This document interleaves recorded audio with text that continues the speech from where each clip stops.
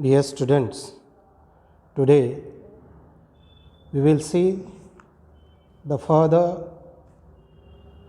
text material of the chapter 1.2 On to the Summit, written by Tenzing Norgay. Yesterday we have seen that Norgay and his friend Hillary had reached the Mount Everest, and they had how many flags? 4 flags. And they reached there, and he explained how they reached there, कसे ते पोहोचले आणि कोणत्या 4 देशाचे flag त्यांनी लावले ते आपण बघितलं. आज आपण बघू बघा. When we reached Kathmandu, we discovered that a controversy had arisen. We talked it over, Hillary, Colonel Hunt, and I. We agreed that all the talk was childish. Means when they reached Kathmandu. Kathmandu is the capital of Nepal. And keep in mind, if you want to climb Mount Everest, you have to climb it from which country? Nepal. That you must remember. If you want to climb Mount Everest, you have to go from Nepal. So, when they descended at Kathmandu, there was a controversy. Controversy, a public disagreement or heated discussion. जोरदार चर्चा. कशाची? कोण पहिले गेला? कोण पहिले mount एव्हरेस्टवर पोहोचला? ही चर्चा सुरू झाली. आणि ही चर्चा काय म्हटलं आहे त्यांनी? बघा, this talk was called as childish. काय म्हटलेलं आहे त्यांनी? चाइल्डिश म्हटलेलं आहे याला. हे लक्षात घ्यायचं. हे टॉक जे आहे सगळं चाइल्डिश म्हटलेलं आहे. बघा, हा शब्द तुम्हाला चाइल्डिश दिसतो आहे. आणि who 3 were they talked about? Hillary, Colonel Hunt, and the writer. They talked about this controversy, and they call this controversy is a childish because की हा महत्त्वाचा मुद्दा नाही, चढणे हा महत्त्वाचा मुद्दा होता. That was so we made a pact, a agreement, and each of us signed it in the office of the Prime Minister of Nepal. Each one signed his own statement. I have a copy of Hillary's statement which I carry in my pocket.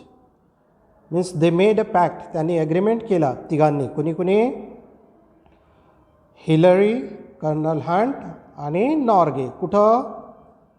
in the office of the Prime Minister of Nepal. नेपाळचे पंतप्रधान जे होते त्यांच्या ऑफिसमध्ये तिघांनी तो statement sine केला. आणि तिघांजवळसुद्धा ती कॉपी आहे. आणि तीच एक कॉपी हिलरीजवळसुद्धा आहे. So he carries that statement in his pocket. So now we must understand की त्या ठिकाणी चढणं हे महत्त्वाचं होतं. आणि टीमवर्क ज्याला म्हणतो आपण ते त्या ठिकाणी महत्त्वाचं असतं. नाहीतर आज प्रत्येक व्यक्ती माझं नाव झालं पाहिजे असं त्या ठिकाणी करत असतो. पण यांच्यामध्ये तसं नव्हतं. त्यांना त्याचं महत्त्व माहिती होतं. बघा, तो पत्र आता त्यांनी इथून पत्राची सुरुवात होते आहे. कोणत्या तारखेचं आहे पत्र? लक्षात घ्या, 22 जून 1953. It reads, Kathmandu, June 22nd, 1953. Now I read the letter. पत्र वाचतो बघा. On May 29th, Tenzing Sherpa and I left our high camp on Mount Everest for our attempt on the summit. When did they leave the camp? On May 29th. And they both started their further journey. 29 मेला त्यांनी सुरुवात केली शेवटच्या टप्प्याची. As we climbed upwards to the south summit, first and then the other would take a turn at leading. कोणत्या भागाला? South समिटला त्यांनी सुरुवात. We crossed over the south summit and moved along the summit ridge. रीजचा अर्थ समजून घ्या. A long narrow piece of raised land. म्हणजे वर साऊथ समिटवर म्हणजे साऊथला असलेल्या माउंट एव्हरेस्टच्या शिखरावर ते पोचलं आणि तिथं एक थोडासा नॅरो पीस होता, छोटासा भाग होता जिथं रेज लँड होतं तो. We reach the summit almost together. बघा, he use the word almost. Almost together म्हणजे सोबतच, मागे पुढे गेले ते. म्हणजे एक 5 सेकंद पहिले तर दुसरा 5 सेकंद नंतर असं, किंवा 1 मिनटानंतर असं म्हणू. But he said we reached almost together. And what he says further? We embraced. Embraced means to hug, मिठी मारणे. We embraced each other, overjoyed at our success. How they were? Very ecstatic, overjoyed at their success. Why they were overjoyed at their success? ते या यशावर का खूप आनंदी होते याचं उत्तर तुम्हाला पुढे मिळेल. बघा. Then I took photograph of Tenzing holding aloft the flags of Great Britain, Nepal, the United Nations and India. कोणत्या देशाचे फ्लॅग्स त्या ठिकाणी लावले? बघा, तेंजिंगने कोणत्या देशाचे होते? Great Britain, Nepal, United nations राष्ट्रसंघ अँड इंडिया. आणि त्याच्याखाली मग त्याने सही केली. That shows the spirit of teamwork.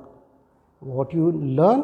Spirit of the teamwork, and that is what needed. It is lacking nowadays. आज आपल्याला फार कमी पाहायला मिळतं. मी माझं नाव झालं पाहिजे असं आपण बऱ्याचदा बघतो.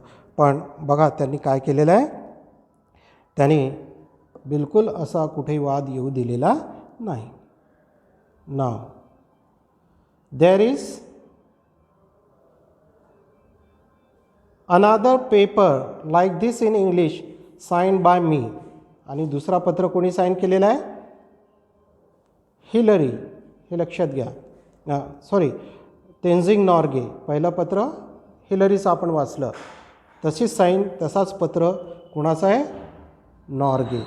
Thus, we will not take part in any controversy as the statement says. Hillary and I embraced when we reached the top. What the statement says? They both reached the top and they embraced each other. Embrace means मिठी मारणे. दोघांनी त्यांनी एकत्र मिठी मारली. We did as well as our bulky equipment would let us. Bulky equipments म्हणजे जे साधनं त्याने सोबत नेली होती त्या साधनांच्या सकट त्यांनी मिठी मारली. आणि जेवढं भाग म्हणजे हात मिळवता येतील हात, जेवढं गळाभेट घेता येईल तेवढी त्यांनी घेतली. That is it. I remember saying to him, that sentence is very important. Now you must underline it. We have done it. Why he said? Because before this no one had done it. त्यांच्यापूर्वी असं कोणीही केलेलं नव्हतं. आणि त्यांना किती प्रयत्न वगैरे लागले ते पुढे बघू आपण. But we couldn't hear. They were unable to hear. We had our oxygen mask on. What they said? We had our oxygen mask on. And therefore they could not hear each other as well as we can. Oxygen mask घालून तिथं जावं लागतं आणि त्यामुळे ते एक दुसऱ्याला योग्य पद्धतीने ऐकू शकत नव्हते. But whatever they listen to it, they listen. First thought, what was the first thought they had when they reached the top of the mountain? पहिला विचार त्यांच्या डोक्यात कोणता आला बघा. My first thought on reaching the top was a sense of gratitude to God. Who they thanked? God.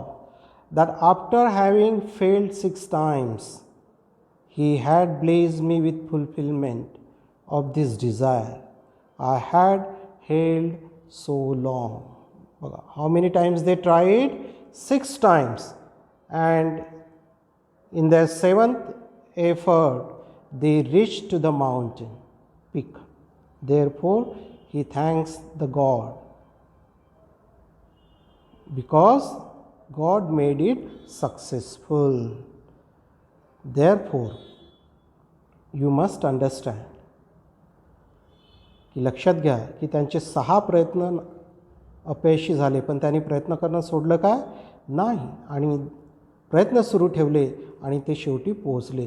आपल्यासोबत असंच होतं बऱ्याचदा. वी डोंट पर्सिव्हरन्स ज्याला म्हणतो ते असलं पाहिजे, की चिकाटी असली पाहिजे. आपण सोडायचं नाही, प्रयत्न शेवटपर्यंत करायचे. कुठं ना कुठं आपल्याला यश नक्कीच मिळतं. सो दॅट इज बघा next. I placed on the summit the offerings to God that I had carried with me.